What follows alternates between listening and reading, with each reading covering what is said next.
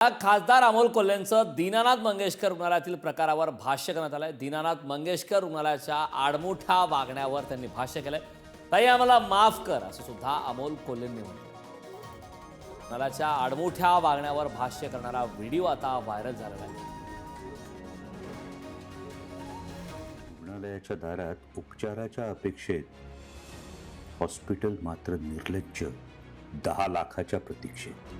मोक्याची जमीन कवडीमोल भावात फाईल सुद्धा वेळेवर हल्ली, तिला मात्र पैशाअभावी उपचार नाही, तिथं माणुसकी सुद्धा लाजली। लोकप्रतिनिधीच्या सहायकाची जर ही असेल अवस्था, तर धर्मादाय म्हणवणाऱ्या रुग्णालयात सर्वसामान्याची काय व्यवस्था?